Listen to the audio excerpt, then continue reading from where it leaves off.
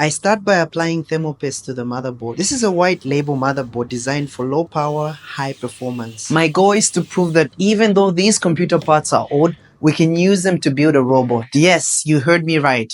I'm going to build a robot using these old computer parts. This will not be an easy one-day thing to do, so I will share the progress as I go on. For the battery, I'm using this off-the-shelf battery management system which is compatible with this motherboard. In China, there's many suppliers for these types of components. I purchased the cables and the connector for the battery from the same suppliers on Taobao. Next, I solder each wire respectively. Red to P positive, black to P negative, yellow to D for data, blue to T for the thermistor, white to C for the serial clock. Time to prepare the battery cells. I need to test them and make sure the voltage is somehow balanced across. To use these battery cells on this BMS, we need to connect them in series.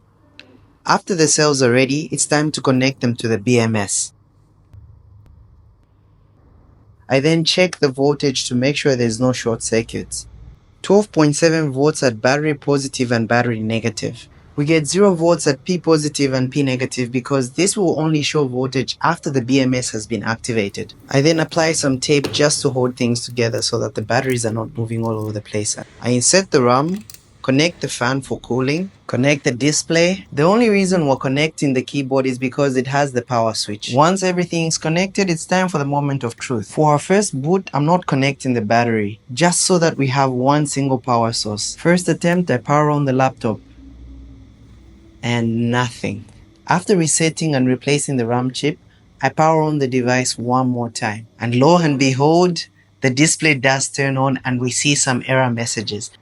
So I attempt to enter the BIOS so that I can check the configuration, and lo and behold, I find it's a Core i7 5th generation. 2.4 GHz, 2 cores and 4 threads. In 2026, this is not high performance, but we have to do with what we have. Next step, I connect the battery and test if it's able to charge and power on the laptop. After connecting the charger, I see the LED does turn on. Next step, I test with the multimeter, and lo and behold, I have 13 volts. Good. The battery does work. We disconnect the charger and we try to power on the laptop one more time. And yes, it does turn on. We do go in the BIOS.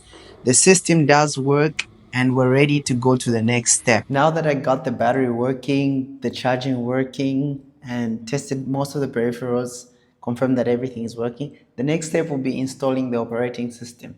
If you like this kind of content, make sure you subscribe to the channel and go ahead and watch the previous video. I'll see you in the next one.